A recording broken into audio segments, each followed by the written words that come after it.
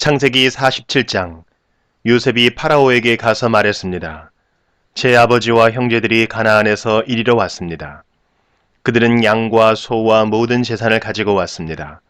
그들은 지금 고센 땅에 있습니다.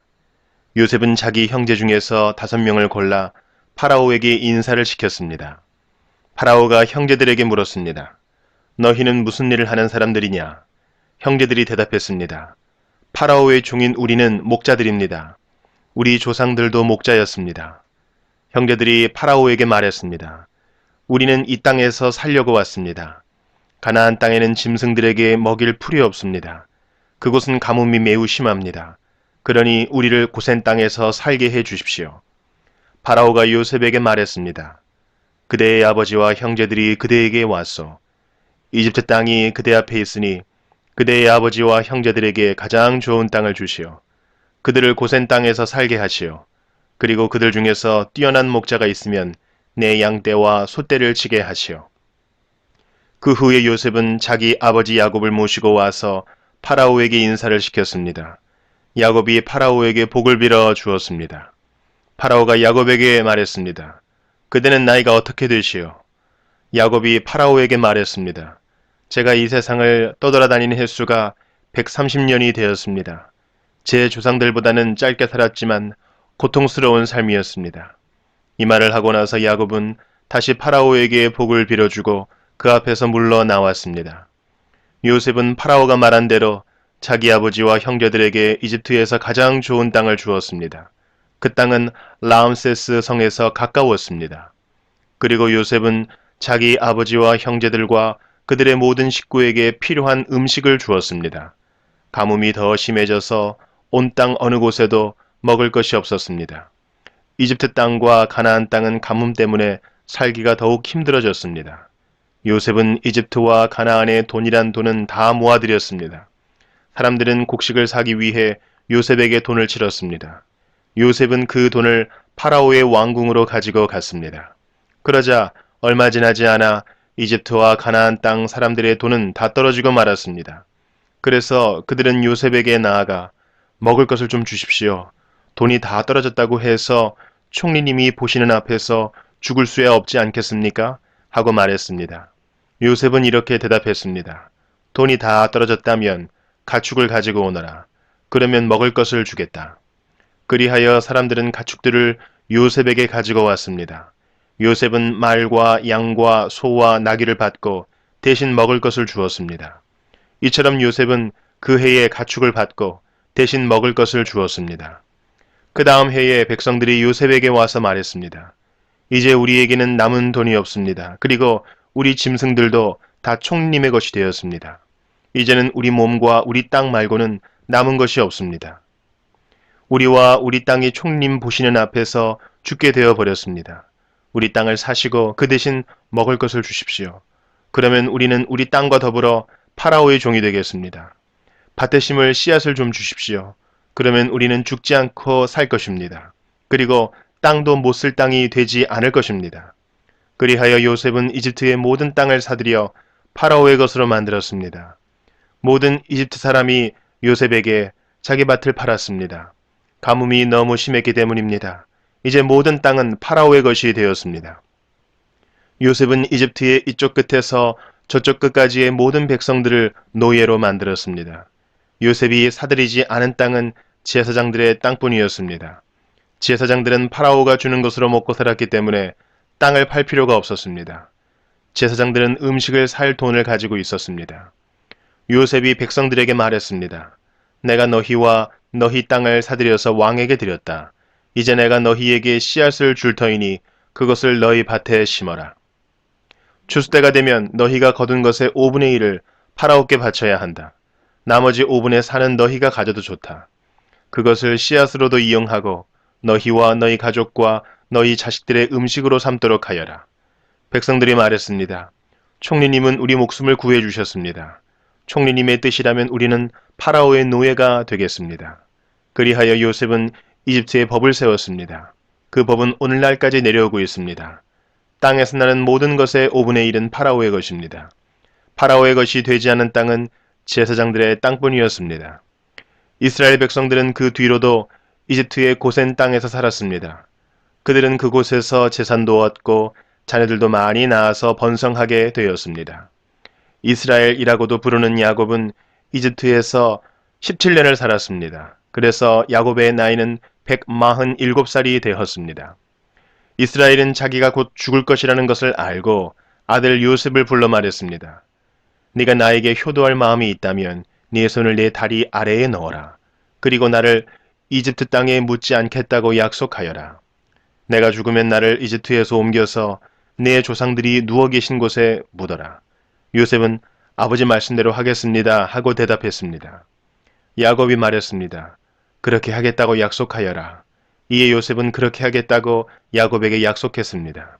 그러자 이스라엘은 침대맡에 엎드려 하나님께 예배드렸습니다. 창세기 48장.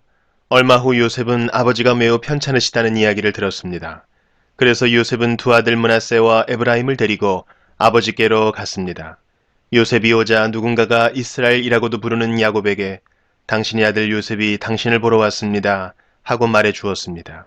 야곱은 몸이 너무 약해져서 가까스로 침대에 앉을 수 있었습니다.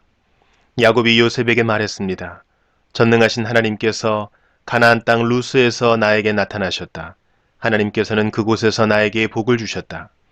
하나님께서 나에게 말씀하셨다. 내가 너에게 많은 자손을 주고 많은 백성의 아버지로 삼아주겠다. 네 자손에게 이 땅을 영원히 주겠다. 네 두 아들은 내가 오기 전에 이곳 이집트에서 태어났지만 이제부터 그 애들은 내 아들이다. 에브라임과 므낫세는 루벤이나 시므온과 마찬가지로 내 아들이 될 것이다.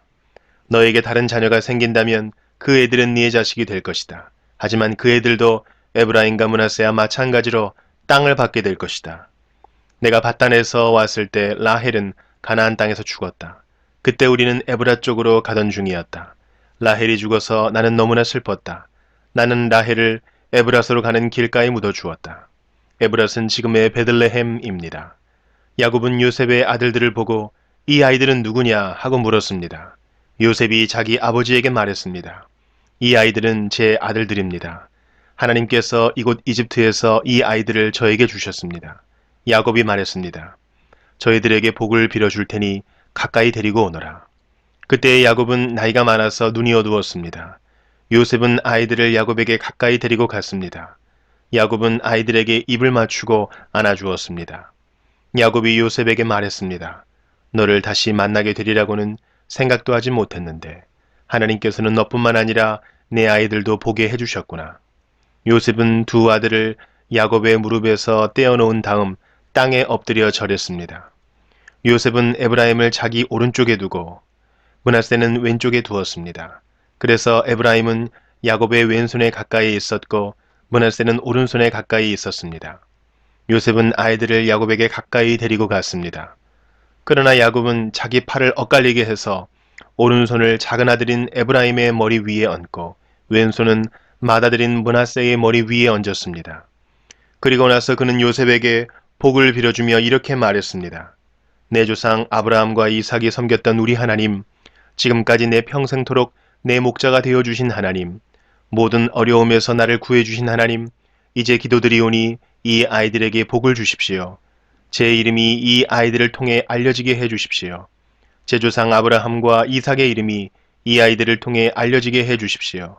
이 아이들이 이 땅 위에서 많은 자손을 가지게 해주십시오. 요셉은 아버지가 오른손을 에브라임의 머리 위에 얹은 것이 잘못되었다고 생각했습니다. 그래서 요셉은 아버지의 손을 붙잡아 에브라임의 머리 위에서 므낫세의 머리 위로 옮기려 했습니다. 요셉이 아버지에게 말했습니다. 아버지, 손을 잘못 얹으셨습니다. 므낫세가 맏아들이니 오른손을 므낫세의 머리 위에 얹으셔야 합니다. 그러나 요셉의 아버지는 그 말을 듣지 않고 이렇게 말했습니다. 나도 안다, 내 아들아. 나도 안다. 므낫세는 크게 되어 많은 자손을 가지게 될 것이다. 하지만 므낫세의 동생이 더 크게 될 것이다. 동생의 자손은 한 나라를 이룰 만큼 많아질 것이다. 그날에 야곱은 므낫세와 에브라임에게 복을 빌어 주었습니다.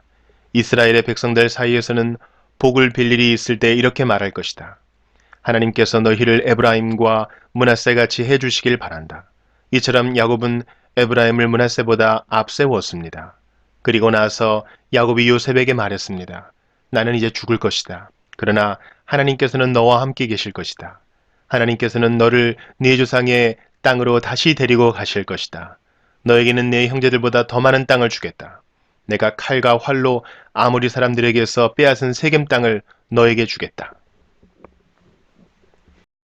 창세기 49장. 야곱이 자기 아들들을 불러 말했습니다. 이리로 오너라. 너희에게 앞으로 무슨 일이 일어날지 말해주마. 야곱의 아들들아, 와서 들어라. 너희 아버지 이스라엘의 말에 귀를 기울여라. 르우벤아, 너는 내 맏아들이다. 너는 나의 힘이고 내 능력의 첫 열매이다. 너는 가장 높고 가장 힘이 세다. 하지만 너는 물처럼 제멋대로라. 앞으로 으뜸이 되지 못할 것이다. 내가 내 아버지의 침대에 올라가 그 침대를 더럽혔기 때문이다. 시므온과 레위는 형제다. 그들은 칼을 휘둘러 거친 일을 했다. 나는 그들이 하는 비밀스런 이야기에 끼지 않을 것이며 그들과 만나 나쁜 일을 꾸미지 않을 것이다. 그들은 화가 난다고 사람들을 죽였다. 그들은 장난삼아 소의 다리를 못쓰게 만들었다. 노여움이 심하고 지나치게 잔인해서 그들에게 저주가 있을 것이다. 나는 그들을 야곱 지파 중에 나눌 것이다.